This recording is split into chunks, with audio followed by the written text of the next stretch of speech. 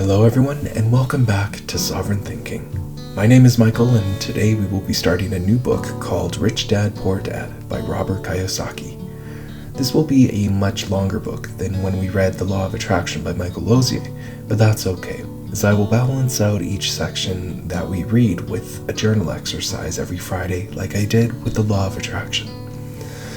If you didn't guess already from the title, this book tells the story of a young man and his experience and the lessons he learned growing up with two dads or father figures, one being a poor dad and the other being a rich dad. The reason why I decided that this was the right book to read next is that I found that the beginning has a lot of connections with the Law of Attraction. And I also felt that Michael Losier's Law of Attraction book didn't emphasize enough on taking action, which is fine because its focus was to help teach us how to understand the Law of Attraction. Whereas with Rich Dad, Poor Dad, I feel like it helps to encourage taking action when it comes to making business and financial decisions while learning life lessons along the way. Before we begin, please note that this video is not offering any financial advice. Rather, we are reading Robert Kiyosaki's work for entertainment purposes only. Let's begin this new adventure. I had two fathers, a rich one and a poor one. One was highly educated and intelligent. He had a PhD and completed 4 years of undergraduate work in less than 2 years. He then went on to Stanford University, the University of Chicago, and Northwestern University to do his advanced studies, all on full financial scholarships. The other father never finished the 8th grade. Both men were successful in their careers, working hard all of their lives. Both earned substantial incomes, yet one always struggled financially. The other would become one of the richest men in Hawaii. One died leaving tens of millions of dollars to his family, charities, and his church. The other left bills to be paid when he died. Both men were strong, charismatic, and influential. Both men offered me advice, but they did not advise the same things. Both men believed strongly in education, but did not recommend the same course of study. If I had had only one dad, I would have to accept or reject his advice. Having two dads offered me the choice of contrasting points of view, one of a rich man and one of a poor man. Instead of simply accepting or rejecting one or the other, I found myself thinking more, comparing, and then choosing for myself. The problem was that the rich man was not yet rich, and the poor man was not yet poor. Both were just starting out in their careers, and both were struggling with money and families, but they had very different points of view about money. For example, one dad would say the love of money is the root of all evil. The other would have said the lack of money is the root of all evil. As a young boy, having two strong fathers, both influencing me, was difficult. I wanted to be a good son and listen, but the two fathers did not say the same things.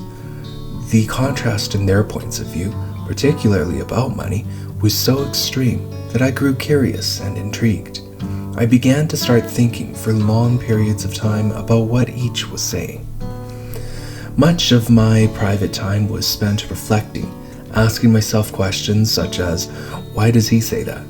And then asking the same question of the other dad's statement. It would have been much easier to simply say, yeah, he's right, I agree with that, or to simply reject the point of view by saying, the old man doesn't know what he's talking about.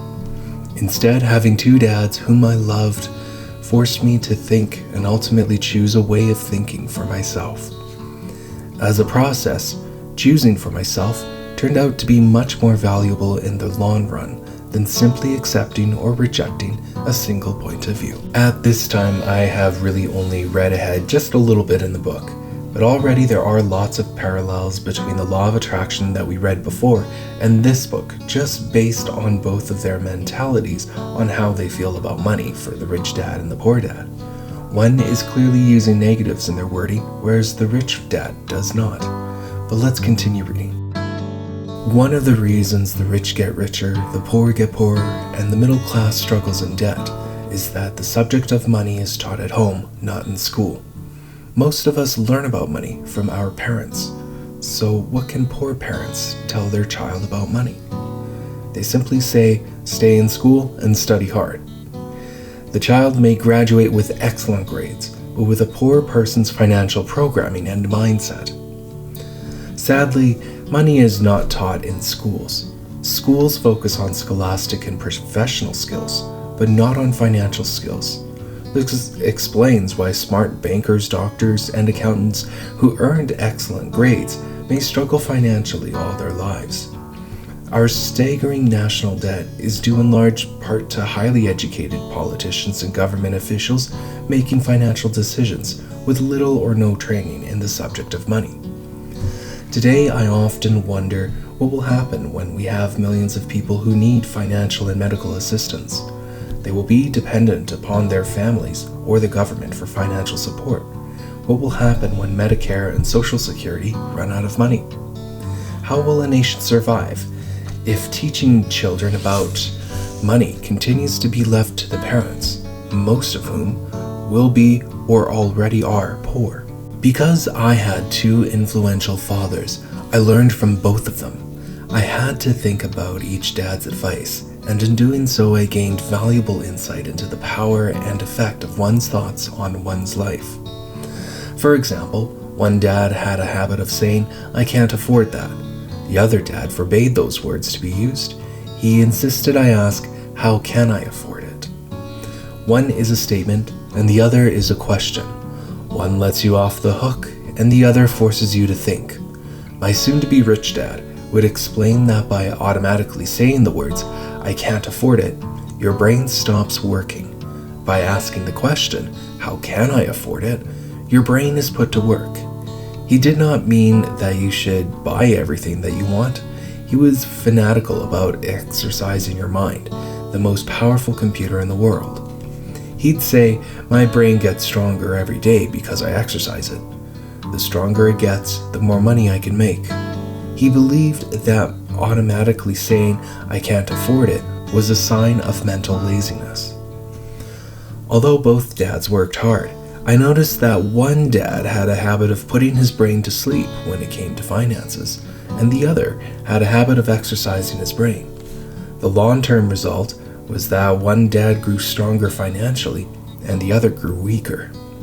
It is not much different from a person who goes to the gym to exercise on a regular basis versus someone who sits on the couch watching television.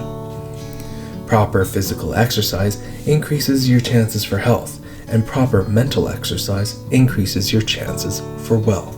My two dads had opposing attitudes, and that affected the way they thought.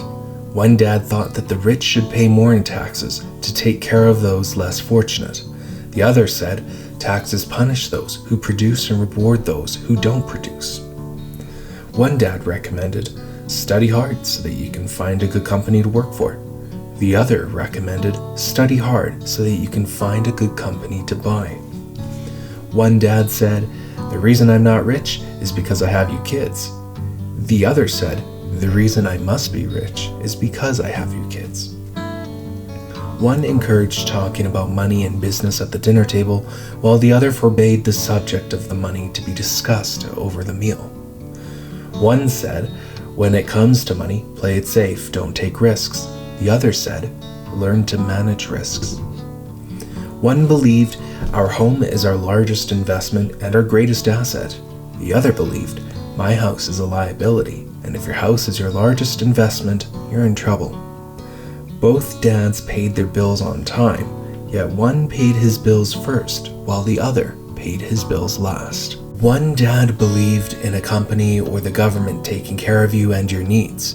He was always concerned about pay raises, retirement plans, medical benefits, sick leave, vacation days, and other perks. He was impressed with two of his uncles who joined the military and earned a retirement and entitlement package for life after 20 years of active service. He loved the idea of medical benefits and privileges that the military has provided to its retirees. He also loved the tenure system available through the university. The idea of job protection for life and job benefits seemed more important at times than the job. He would often say, I've worked hard for the government and I'm entitled to those benefits. The other believed in total financial self-reliance. He spoke out against the entitlement mentality and how it created weak and financially needy people. He was emphatic about being financially competent. One dad struggled to save a few dollars. The other created investments. One dad taught me how to write an impressive resume so that I could find a good job. The other taught me how to write strong business and financial plans so that I could create jobs. Being a product of two strong dads allowed me the luxury of observing the effects different thoughts have on one's life. I noticed that people really do shape their lives through their thoughts. For example, my poor dad always said, "I'll never be rich," and that prophecy became a reality. My rich dad, on the other hand, always referred to himself as rich. He would say things like, "I'm a rich man, and rich people don't do this." Even when he was flat broke after a major financial setback, he continued to refer to himself as a rich man. He would cover himself by saying, "There is a difference between being poor and being broke. Broke is temporary, poor is eternal." My poor dad would say, "I'm not interested in money," or "money doesn't matter." My rich dad always said, "Money is power." The power of our thoughts may never be measured or appreciated, but it became obvious to me as a young boy that it was important to be aware of my thoughts and how I expressed myself.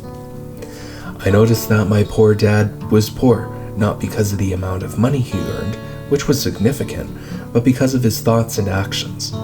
As a young boy having two fathers, I became acutely aware of being careful about which thoughts I chose to adopt as my own. Should I listen to my rich dad or to my poor dad? Robert Kiyosaki wisely starts off his book very vividly comparing two different mentalities about money with each other. Whether we like it or not, money and wealth plays a very important role in our lives, which is why I chose this book, because it does empower the individual to choose how they want to view money. Robert also explicitly points out it's very important to be aware of your thoughts.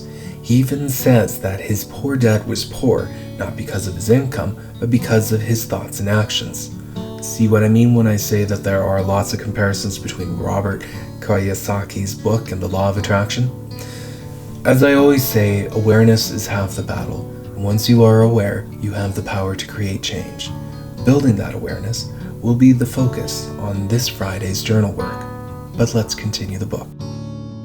Although both men had tremendous respect for education and learning, they disagreed about what they thought was important to learn. One wanted me to study hard, earn a degree, and get a good job to earn money. He wanted me to study to become a professional, an attorney or an accountant, and to go to business school for my MBA. The other encouraged me to study to be rich, to understand how money works, and to learn how to have it work for me. "I don't work for money," were words he would repeat over and over. "Money works for me." Once I made up my mind about whom to listen to, my education about money began. My rich dad taught me over a period of 30 years until I was 39 years old. He stopped once he realized that I knew and fully understood what he had been trying to drum into my often thick skull. Money is one form of power, but what is more powerful is financial education.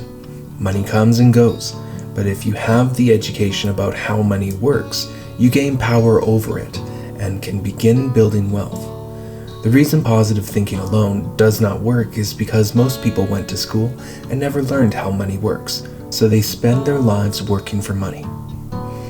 Because I was only 9 years old when I started, the lessons my rich dad taught me were simple, and when it was all said and done, there were only 6 main lessons repeated over 30 years.